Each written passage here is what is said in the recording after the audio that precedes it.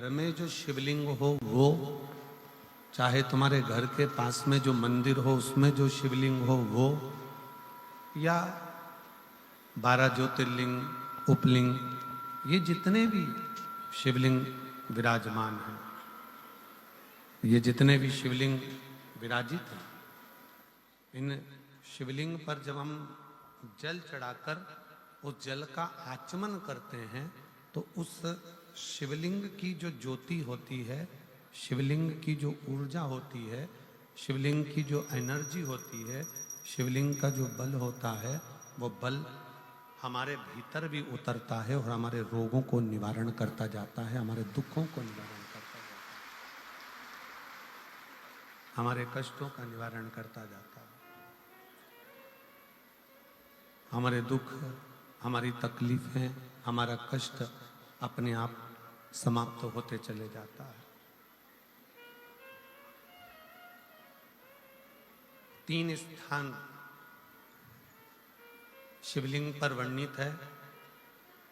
कि ये 3 स्थान का जब स्पर्श करते हैं तो आप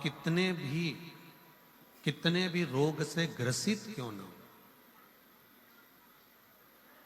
आप कितने भी रोग से घिरे क्यों ना हो, 3 स्थान का स्पर्श करने से आपको एक अलग से ऊर्जा प्राप्त होती है और आपके शरीर में कितना भी कंपन हो रहा हो, कितनी भी कमजोरी हो रही हो, कितना भी दर्द हो रहा हो, कितना भी कष्ट हो रहा हो, 3 स्थान शिवालय में शिवलिंग के जगह पर बताए गए हैं। उन स्थानों का स्पर्श करने से शरीर में एक ऊर्जा आती है, शरीर में एक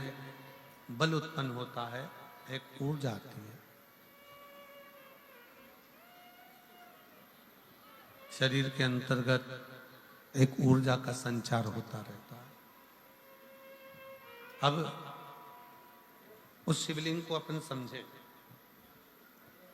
सभी लोग जरा स्मरण करेंगे। शिवलिंग के अंतर्गत 3 स्थान ऐसे बताए गए हैं जो हमारे को एक बल देते हैं, हमारे भीतर की एक ऊर्जा उत्पन्न करते हैं। हमारे अंदर कितनी भी कमजोरी होगी, अगर आपने वो 3 स्थान पर हाथ का स्पर्श कर कर पंचाक्षर मंत्र नमः शिवाय या षडाक्षर मंत्र ओम नमः शिवाय या श्री शिवाय नमस्तुभ्यम का स्मरण किया है तो वो स्थान का स्पर्श करते ही आपके अंदर एक ऊर्जा, एक एनर्जी, एक बल आपके अंतर्गत आता चले जाएगा, एक ऊर्जा आपके अंतर्गत आती चली जाएगी। 3 स्थान, पहला जो ये जलाधारी बनी हुई है, ये जो गोल जो भाग आता है,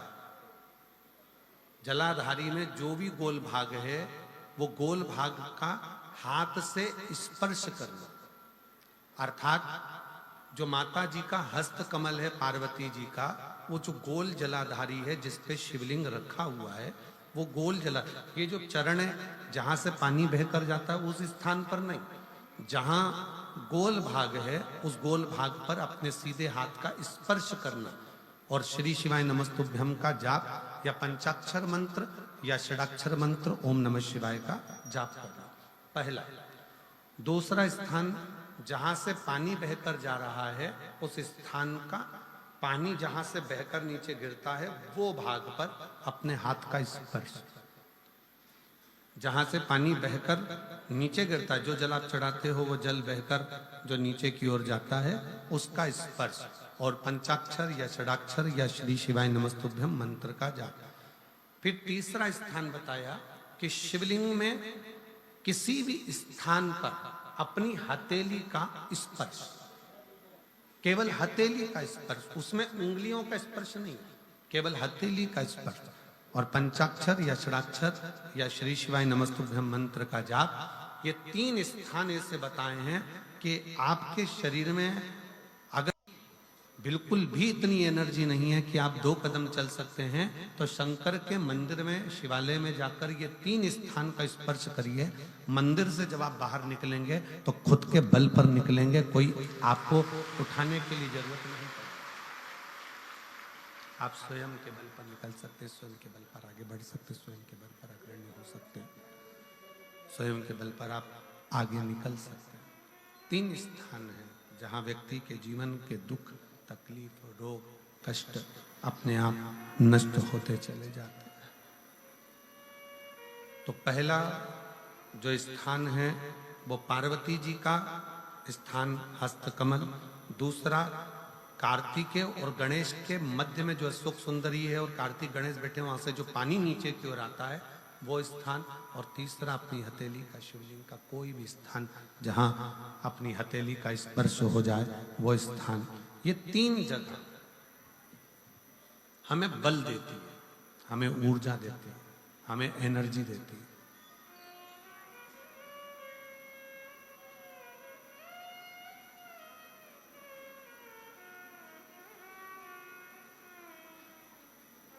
और एक निवेदन और,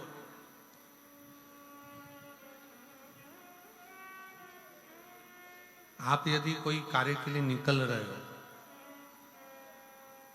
कोई कार्य करने के लिए जा रहे हो और आपका मन उस कार्य में डामाडोल हो रहा है,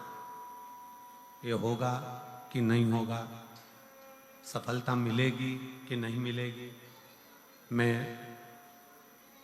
कोर्ट में जा रहा हूँ या पैसे पर जा रहा हूँ, या कोई जमीन का लफड़ा है या कोई प्रॉब्लम है, इसमें सफलता मिलेगी कि नहीं मिलेगी। जब आपके 2 मन, और ऐसा तो संसार में कोई जन्मा ही नहीं जिसके 2 मन ना हो। घर से कथा सुनने निकलते हो तो 2 मन हो जाते हैं, आज पीली साड़ी पहन के जाऊं कि नीली पहन कर जाऊं, 2 मन जब भी हो जाते हैं। भोजन करने बैठते हो तो भी 2 मन हो जाते हैं, दाल खाऊं कि गोभी की सब्जी से पहला टुकड़ा खाऊं। रोटी का पहला टुकड़ा जब तोड़ने का नंबर आता है तो सोच में आता है कि इससे खाऊं कि इससे खाऊं कि इससे खाऊं। 2 मन तो वहां पर भी है। किसी के यहाँ शादी में गए, किसी के यहाँ शादी में पहुंचे और शादी में पहुंचकर वहां बहुत सारे स्टॉल लगे हैं, खाने की बहुत सारी व्यवस्था करी गई है। फिर 2 मन हो जाते हैं कि मैं पहले चाउमीन खाऊं कि पानी पतासा खाऊं, गोलगप्पा खाऊं कि छम्मक लड्डू खाऊं, कि मैं जलेबी खाऊं कि क्या प्रसाद। मन 2 हर जगह।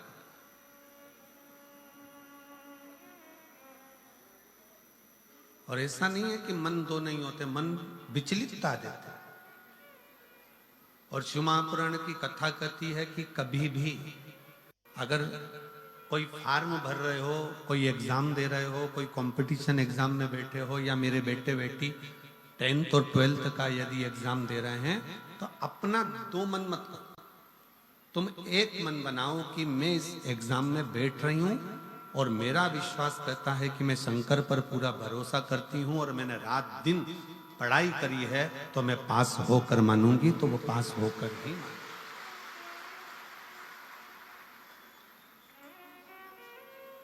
जहां मन विचलित हो जाता है, जहां मन 2 हो जाते हैं, फिर वहां थोड़ा सा भ्रम उत्पन्न हो जाता है, फिर थोड़ा सा भ्रम उत्पन्न हो सकता है। पर जब आपने एक विचार कर लिया कि मुझे सफलता मिलेगी, तो ये निश्चित है कि दुनिया में कोई ऐसा पैदा नहीं हुआ कि आपकी सफलता को रोक दे, आप आगे बढ़कर ही रहे। और एक निवेदन और है, मान लो किसी कारणवश सफलता नहीं मिली और आप सफल नहीं हुए, तो चिंता मत करना, चिंता करने की जरूरत नहीं है। एक बार अगर एग्जाम दिया, एक बार अगर अपन फील्ड में उतरे और एक बार में सफलता नहीं मिली तो चिंता मत करो, ये मत सोचो कि पीछे हट गए। शिव महापुराण की कथा में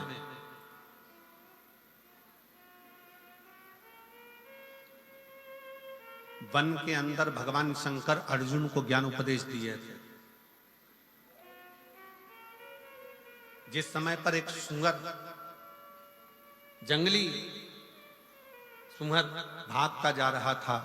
और उस समय पर जब बाण छोड़ा गया था, तब भगवान शंकर ने अर्जुन को उपदेश दिया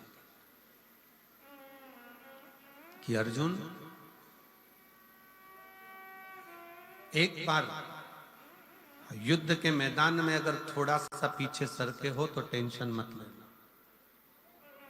चिंता ना करा। एक कंपटीशन एग्जाम में आप बैठे हो, एक एग्जाम आप दे रहे हो और उस एग्जाम में सफलता नहीं मिल रही है। आपने एक बार परीक्षा दी, एक बार आपने नीट की तैयारी करी, एक बार आपने सीए की तैयारी करी, एक बार आपने अन्य तैयारियां करी और उसमें आपको सफलता नहीं मिली और आप उसमें उत्तीर्ण नहीं हुए और आपने मन दुखी कर लिया। अब मैं तो बताओ आगे ही नहीं बढ़ पाया। चिंता न करें। भगवान शंकर का ये संवाद जो उन्होंने युद्ध के पहले अर्जुन को दिया है, एक सुंगर को मारते समय, एक जंगली सुंगर को मारते समय भगवान शंकर ने उपदेश दिया था, अर्जुन तीर को बहुत दूर भेजना है ना, तो तीर को थोड़ा सा पीछे खींचना पड़ेगा। उसी तरह यदि एक बार तुम्हें सफलता नहीं मिली, एक बार तुम उत्तीर्ण नहीं हुए, तो ये मत सोचना कि तुम उत्तीर्ण नहीं हो गए। भगवान शंकर ने तुम्हें लंबी दूर फेंकना चाहते थे, इसलिए तुम्हें थोड़ा सा पीछे खींच लिया है और जम कर शिव ने, आपने बहुत मेहनत करी, आपने बहुत परिश्रम करा,